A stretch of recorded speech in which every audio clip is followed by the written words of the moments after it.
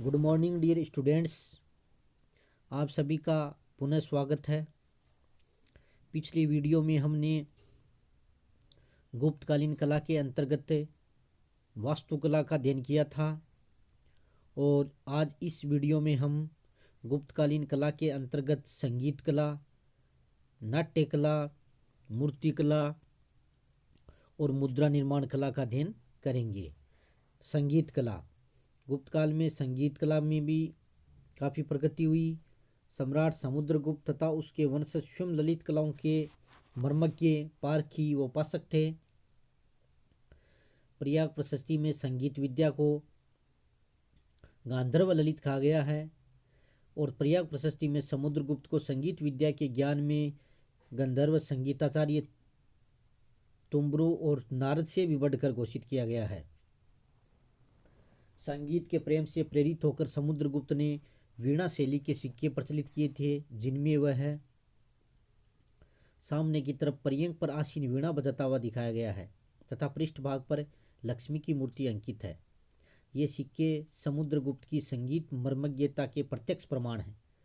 चंद्रगुप्त द्वितीय के पर्यंक शैली के सिक्कों पर उत्कीर्ण रूपाकृति अभिलेख से विदित होता है कि चंद्रगुप्त द्वितीय भी कला मर्मज्ञ और ललित कला का प्रेमी था।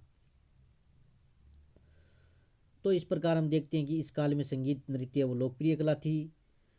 अभिनय कला, अभिनय या नाट्य कला भी गुप्त काल में अपने चरमोत्कर्ष पर पहुंच गई थी। महाकवि कालिदास की रंगमंचीय नाट्य कृतियों में प्रसिद्ध है। प्रयोग प्रधान दृश्य काव्य होने से नाटक के पात्रों के अभिनय कौशल पर विशेष ध्यान रखा जाता था तथा पात्रों का चयन गुण और योग्यता के आधार पर किया जाता था ताकि अभिनय कौशल से विद्वान प्रेक्षकों को संतोष प्राप्त हो सके। तात्कालिक विद्वान आलोचकों ने नवोदित कवि कालिदास की काव्य मर्मज्ञता को पहचान कर ही पुराने नाटककारों की जगह उनकी काव्य रचना मालविकाग्निमित्र का रंगमंच पर आदर किया था। तो गुप्त युग में भारतीय नाट्य कला का पर्याप्त विकास हुआ। कालिदास की नाट्य कला भरत मुनि के नाट्य शास्त्र के विधान पर आधारित थी। मालविकाग्निमित्र में चतुष्पदीय झलिक नामक नाटक के प्रयोग का उल्लेख है। इसमें चतुष्पदी पहले गाई जाती थी और गान समाप्त करने के बाद अभिनेत्री तथा अभिनेता गीत के बोलों में निहित भावों को अपने अंगों द्वारा सम्यक रूप से व्यक्त करते थे।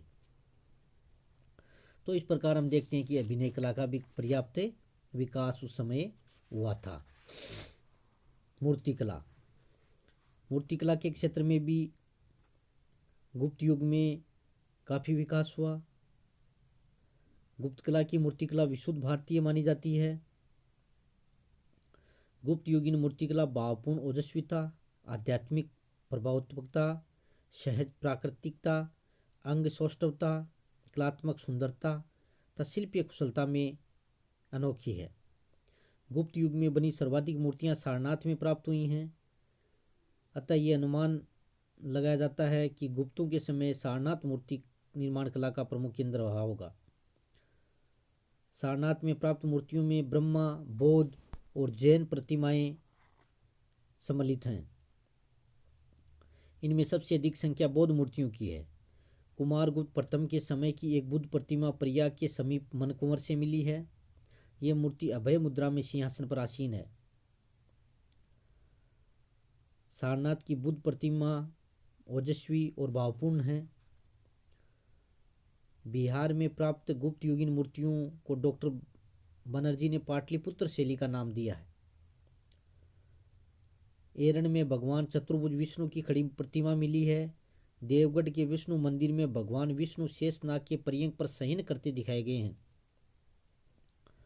अनंत शाही विष्णु की यह मूर्ति कला के उत्कृष्ट प्रतीकों में स्थान रखती है।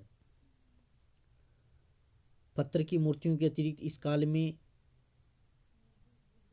ईंटों एवं मिट्टी की मूर्तियों का भी प्रचलन था। सारनाथ के संग्रहालय में भगवान बुद्ध की विभिन्न मुद्राओं वाली अनेक मृण्मयी मूर्तियां सुरक्षित हैं। मिट्टी की मूर्तियां अधिक संख्या में सारनाथ, कौशाम्बी, मथुरा, श्रावस्ती आदि प्राचीन स्थानों से उपलब्ध हुई हैं। मिट्टी की मूर्तियों में जनसाधारण की रुचि के अनुसार छोटी बड़ी मूर्तियां, जानवरों की मूर्तियां, खिलौने आदि का निर्माण भी होता था। तो इस प्रकार हम देखते हैं कि मूर्तिकला के क्षेत्र में गुप्त काल में पर्याप्त विकास हुआ और जैन, बौद्ध, हिंदू अनेक प्रकार की मूर्तियों का इसमें निर्माण हुआ। मुद्रा कला, गुप्त काल के सिक्के भी गुप्त युगीन कलाकृतियों के सुंदर उदाहरण हैं। गुप्त राजाओं ने अनेक शैलियों के स्वर्ण सिक्के प्रचलित किए, जिनमें सामने की तरफ प्रेषित करने वाले गुप्त सम्राट की प्रतिकृति बनी रहती थी और पृष्ठ पर विभिन्न देवी देवताओं की प्रतिकृति बनी होती थी। उनके ऊपर संस्कृत के छंदों में राजाओं की कीर्ति और विरुद्ध का उल्लेख होता था। गुप्तकालीन सोने के सिक्के दो प्रकार के थे, एक रोमन ताल के दिनार और दूसरे भारतीय तौल के स्वर्ण। गुप्त मुद्राओं का कलात्मक स्वरूप कुमारगुप्त प्रथम के समय में देखने को मिलता है। अपने पूर्वजों की भांति कुमारगुप्त प्रथम ने अनेक प्रकार के स्वर्ण सिक्के प्रचलित किए थे। धनुर्धारी, कृपाणधारी, अश्वमेधी, अश्वारोही, सिंहहंता और व्याघ्रहंता। उसके मयूर शैली के सिक्के कला की दृष्टि से सुंदरतम माने जाते हैं। इन सिक्कों में सामने की तरफ कुमारगुप्त प्रथम की आकृति बनी है, जो दाएं हाथ में फलों का गुच्छा लिए मयूर को चुगा रहे हैं। दूसरी तरफ मयूर पर बैठे कार्तिकेय दिखाए गए हैं। स्वर्ण के अलावा गुप्त राजाओं ने रजत और ताम्र सिक्के भी प्रचलित किए थे।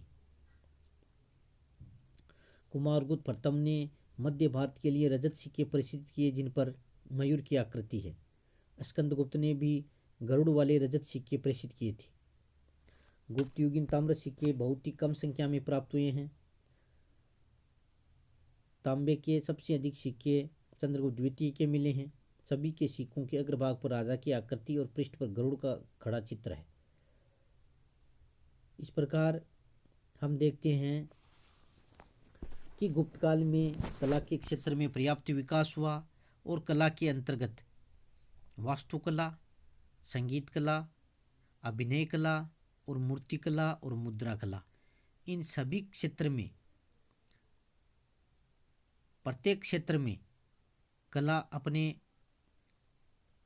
चरमोत्कर्ष पर पहुंची और हर क्षेत्र में कला के प्रत्येक क्षेत्र में इस काल ने अपना महत्वपूर्ण योगदान दिया, क्योंकि गुप्त काल आर्थिक समृद्धि एवं संपन्नता का युग था। और गुप्त काल में जो शक्तिशाली सम्राट थे आर्थिक दृष्टि से सुदृढ़ थे और कला के प्रत्येक क्षेत्र में उन्होंने उन्नति पर बल दिया। उनका उद्देश्य था कि अपने शासन में शांति एवं सुदृढ़ शासन की स्थापना हुई थी। और उस काल में समुद्रगुप्त है, चंद्रगुप्त द्वितीय है, इन्होंने प्रत्येक ने स्वयं रुचि लेते हुए कला को प्रोत्साहन दिया, जिससे गुप्तकालीन कला उन्नति पर पहुंची। तो इस प्रकार प्रिय विद्यार्थियों, इस वीडियो को सुनने के बाद में आपको जो होम असाइनमेंट के लिए क्वेश्चन दिया जा रहा है उसको भी आपको हल करना है। और वीडियो को सुनते समय सुनने के साथ साथ आप इसके नोट्स भी बनाया करो, ताकि आपके याद हो सके और परीक्षा में आप जब क्वेश्चन दोहराओ तो उसमें आप समय नहीं लगे। इसलिए आप इन बातों का ज़रूर ध्यान रखें। इन्हीं शुभकामनाओं के साथ आपको बहुत बहुत धन्यवाद।